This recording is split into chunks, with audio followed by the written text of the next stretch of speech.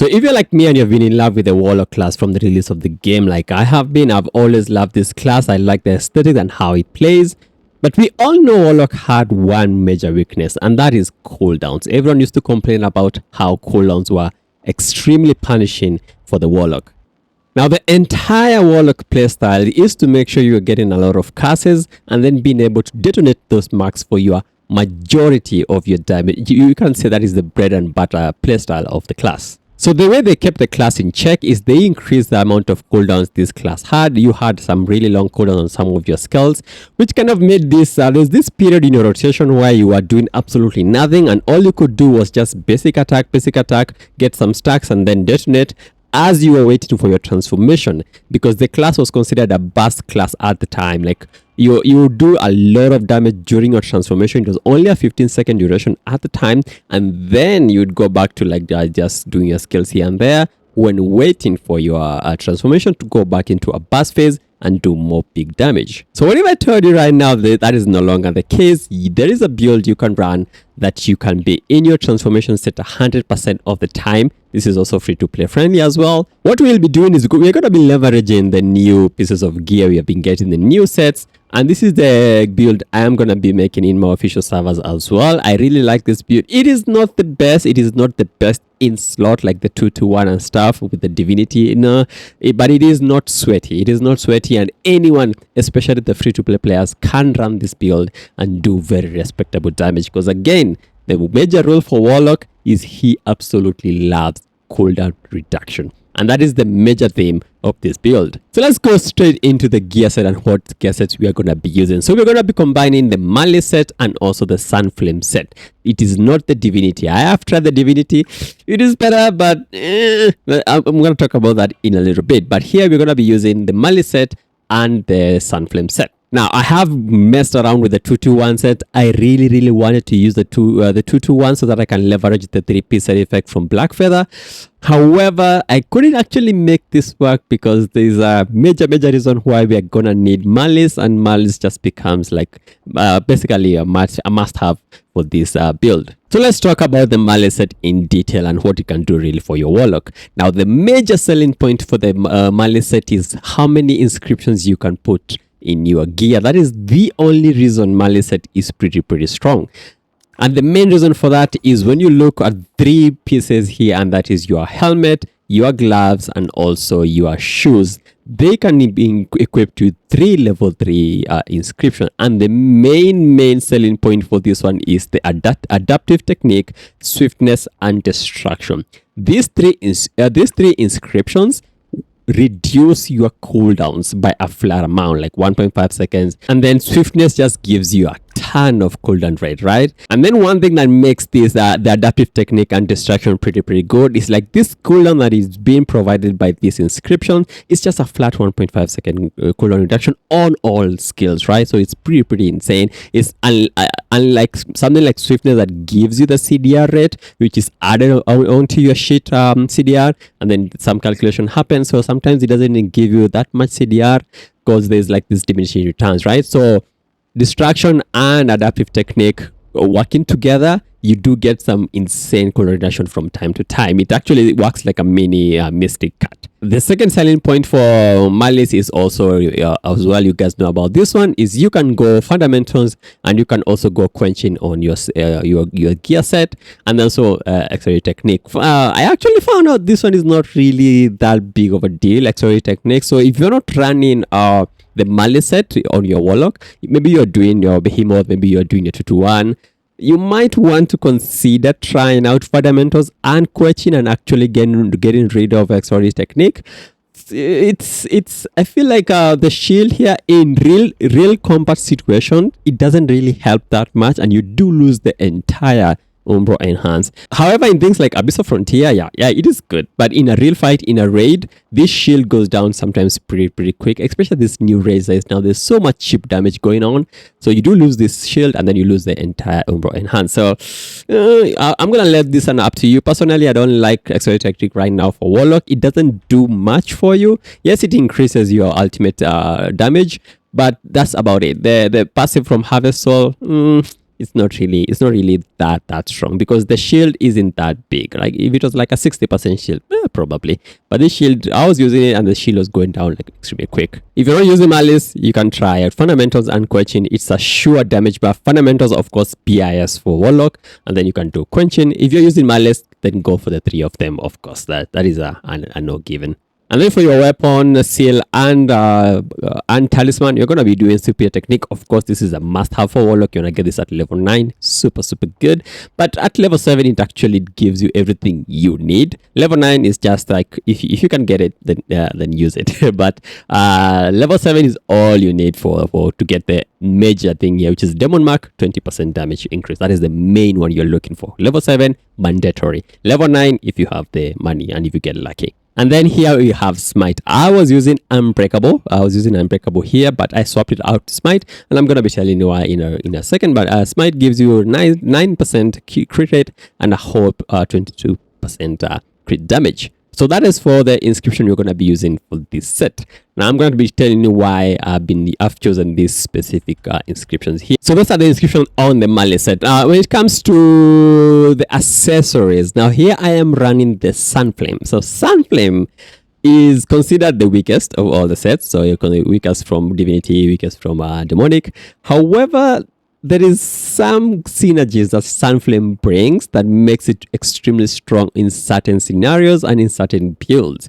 I have really liked Sunflame now, and I'm actually swapping from Divinity to Sunflame because, to be honest, I do not like Divinity set. It is so annoying to play with. It's very sweaty, and in a real fight scenario, to be honest, it is not a fun set. I'm not having fun when I'm doing Divinity. So I am going to take the hit in a little bit of damage. I'm going to take a hit in the burst damage, and I'm going to go to Sunflame. I'm going to be showing you why in a little bit, but Sunflame, it is super good on Warlock, super good for free to players as well, and you're going to see why. So for Sunflame set here, just Challenger, of course, BIS for all classes. And then this one, I'm just using Solitary to pump up my numbers a little bit higher. However, in a normal raid and stuff, I really like Elemental Endurance. You can also do Attribute Master. These two are very similar to each other in terms of DPS, but I really like Elemental Endurance because it does give you a layer of defense and offense at the same, and the offensive power is very similar to Attribute Master. Very similar. If you are doing Divinity, you really need to try out Resonance. Resonance is super good for Divinity users. You do need this one at level 7 minimum. That is what gives you the plus 30 duration. Any higher, just give extra damage to Resonance, like another 5% there, and then some extra damage on outside of Resonance, which it's a little bit but the main one here is the level 7, so that you can get back some of the duration on the Resonance, because Divinity like cuts your Resonance duration by 50%, so it's actually brutal. You need to be playing that thing very carefully. The rest here, I haven't really messed around with them. Summon Lightning is not really good. You use them if you don't have anything else to use, but yeah, that is it. Here it's just Challenger and Attribute Master, or Challenger and Elemental Endurance. That is what I would suggest, Elemental Endurance, if you can get it. So one of the major stats you're going to be looking at here is your CDR. You're going to need a lot of it so that you can get the maximum amount of bonuses that you need, and that is because of Swiftness. So Swiftness has a passive at level 9. For every 5 CDR above 150, damage 0.7% up to 21%. So for you to get the entire 21%, you're going to need an extra 150 above 150. So a total of 300 CDR is what you need to max out that inscription. So for CDR, try to get 300. So the main way I've been able to do this is through circuits. So I've just swapped the circuits that I had that gave me crit damage, and that one is into CDR. So I do have 3 CDR circuits over here. It gives me a total of 60 CDR. With that, I don't have to use any cooldown reduction insignias, because you can do Ophelia. Ophelia gives you 40, so you can do Ophelia twice. However, this kind of replaces Mirandia, which I don't think it's a really nice thing to do. So I might try. I would rather get rid of my crit circuits so that I can do Mirandia here, and then I can do cooldown reduction on the circuits. And then the way I am getting crit rate that I've removed from the circuits is I am going to be using the Smite inscription. Smite gives you a lot of crit chance and a lot of crit damage. So I've given up on Unbreakable, and I'm using crit rate and crit damage as my weapon insignia, weapon inscription, right? So I kind of get everything I need like that. So if you look at the stats here, they're pretty good. I do get a lot of crit chance, so this one can get a little bit higher. Of course, I'm gonna work out on that because I've not the circuits. I just placed them in. I've not like rerolled them or anything. You can get this crit rate really high. I can get that 10% by rolling these new circuits because these are just shit circuits. I just put them. Let me quickly show you. Where are they? This one. Even the stats here, like you can always get like 2% crit and stuff when you're like rolling this one correctly when you're making your real build. So that 10% crit rate, you can get them in the same circuits that gives you CDR. So yeah, we're getting a nice amount of attributes here. Nice crit rate, nice crit damage, pretty good crit damage, and then beautiful crit cooldown rate. So this is like a 28, almost 30% CDR. And then the beautiful thing about this set is this set just works on its own. It's just a little bit thing you might want to like pay attention to, but you don't have to pay attention so much when it comes to the Sunflame set. It does have a little bit of a burst phase when you look at the clock and stuff, but to be honest, you can mostly ignore it because it just, the way you are playing the Warlock with this kind of a set, you don't really have a burst phase. You're gonna be in transformation 100% of the time, and that is the best thing about this set. Now there's this inscription that there's probably some new players who don't really know how it works, and that is the distraction one. Let not this inscription like confusing. It's a very simple inscription to understand. You just need to use 5 skills. Once you use 5 skills, you're going to be getting a 5% damage bonus each time you use a skill, which will stack up to 5 times, so a total of 25% damage bonus. And then you can have like this period of time where you have this bonus for like majority of your rotation. So your demon max will be getting a lot of damage boost there. And then there's gonna be a little bit of a downtime, and then when you're ready to transform again and get all these cooldown reductions, make sure you're doing some filler skills here or there, your Hand of Calamity, things like that. And then once you have like this bonus built up, then go back to do your ulti and things like that. So make sure that's the only thing you need to pay attention to really in this one. And then we have adaptive technique, which is also very simple, but it can be confusing to newer players. So when they say by main skill, this just means the skill that you have pressed on your bar at the bottom. So you do have your main skills and you do have your secondary skills. So what this inscription will do is once you use your main skill on one, this one is going to drop down here on your bar.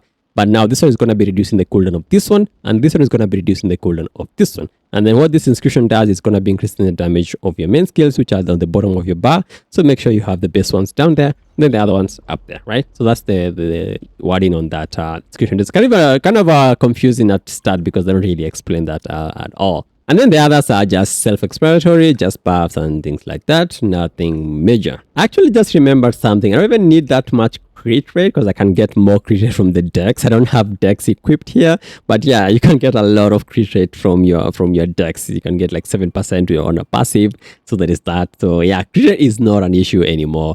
Very easy to get your crit rate to 100%. Very easy. So you want to focus on your cooldown rate. So let's quickly go into the training ground, and I'm just going to show you a quick rotation on how this one is going to be working.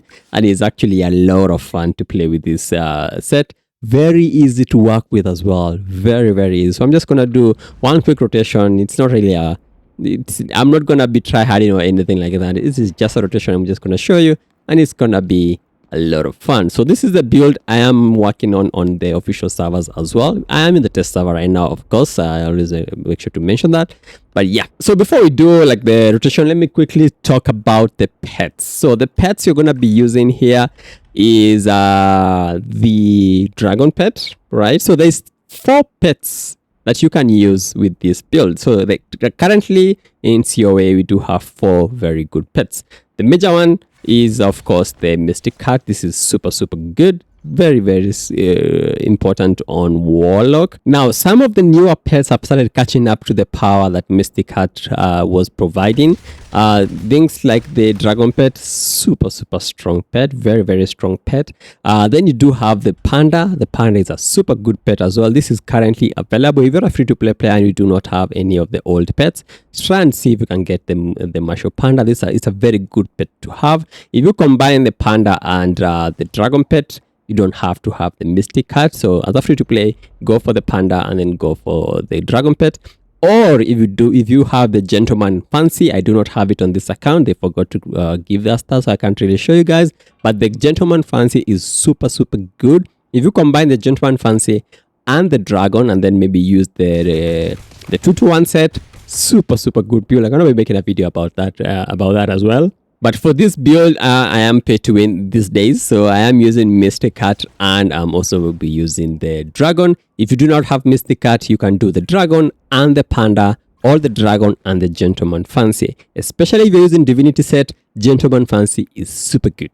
Super good for that set. But me, I'm not using Divinity, so I don't want to do it. So for me, it is Cat and the Dragon. Cat is still really good BIS for Warlock, as well as I just said. Warlock and cooldown rate are best friends. So it's gonna be the Dragon there, and then it's gonna be the pet there, and the cat there. So those are the best bets for this build. So let's just do like a simple rotation. I'm gonna show you. I was messing around with this, and I kind of was doing a lot of damage, very similar to a Divinity set, with just minor differences or discrepancies, sometimes even more than Divinity, because Divinity is very sweaty. It is such a sweaty build, so I don't want to do it.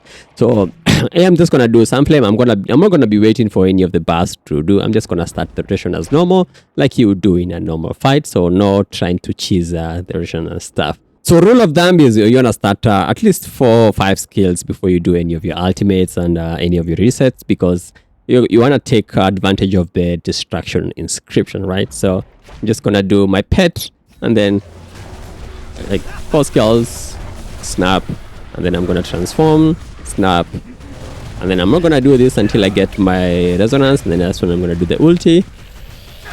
Then this is time for cut. Get the cooldowns back. My transformation is back again.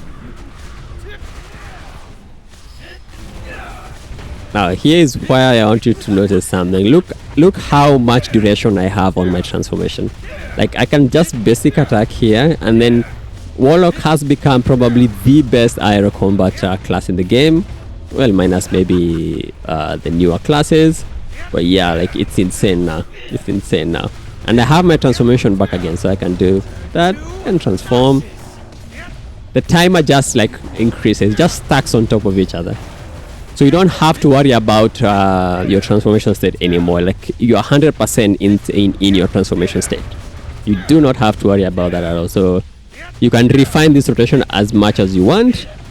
You will always be, you don't have to think about, oh, am I going to be in transformation state or not? No, that is no longer the case. And I have my cat active again. Look, like you will never run out of this transformation period. It is insane.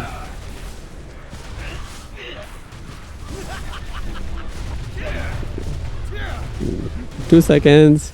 I was just messing around with it, but yeah. And then of course your demo mark burst would be your highest. Of course, you can get almost this to like 24, and I'm serious.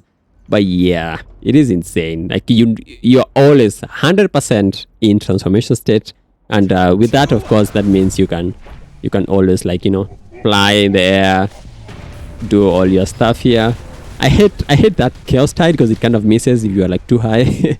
But yeah, this means you can always be just chilling up there when people are getting hurt down there. So that is that. So this is a build that I'm gonna be running on the official servers. It's not the best build, but it's super fun to use, and I'm kind of tired of chasing the meta and stuff. It's not fun doing all the 2-2-1 stuff and doing all of this mix and matching. It's actually not really fun for me. So this is a build I'll be using. If you want to copy the build, feel free. So we're gonna meet each other in the Abyss of Frontier rankings. I am always competing with some people there. So this is what I'm gonna be using. If I go higher in that leaderboard, I'm gonna be so happy. I'm gonna be so happy. So thanks guys for watching. I'm sorry I haven't really been posting a lot. I've been a little bit busy in real life, but you know what?